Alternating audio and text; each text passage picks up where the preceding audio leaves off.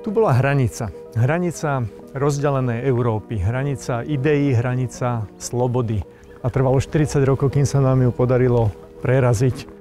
Potom ďalších 15 rokov, kým sme sa naučili žiť v slobode a demokracii. Pred 20 rokmi sa náš sen splnil, stali sme sa členmi Európskej únie a vtedy si sa narodila ty.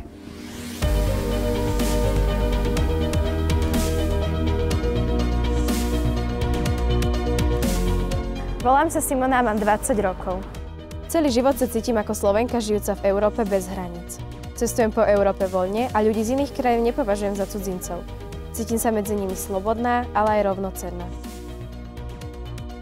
Slovenské koruny si nepamätám. Mala som len 4 roky, keď Slovensko prijalo spoločnú európsku menu. V celej únii sa aj vďaka tomu cítim ako doma.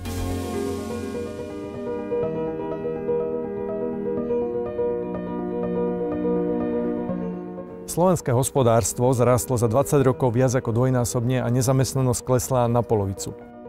Spoločný európsky trh práce priniesol to, že pracovať do susedných alebo vzdialenejších európskych krajín chodí mnoho Slovákov bez byrokratických prekážok a rovnako je to aj so štúdiom.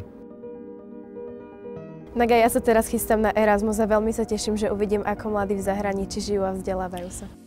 Spoznáš mnoho priateľov a otvorí sa ti aj cesta do profesného života.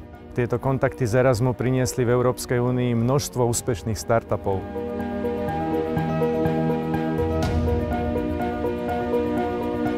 Naše členstvo v Európskej únii nám výrazne pomáha s modernizáciou Slovenska. Za 20 rokov sme z fondov únie preinvestovali 30 miliard eur. Odráža sa to v stavbách ciest, občianskej vybavenosti, sociálnej starostlivosti, zdravotníctve, školstve a v neposlednom rade aj v investíciách do ochrany prírody.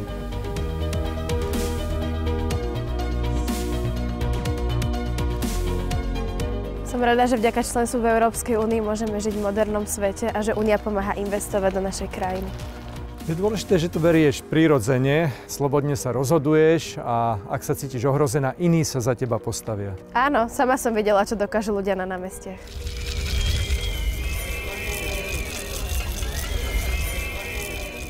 Zďaleka nie sme hotoví. Naša cesta v spoločnej Európe nás vedie ďalej a aby sme boli naozaj úspešní, musí ruku k dielu priložiť každý z nás.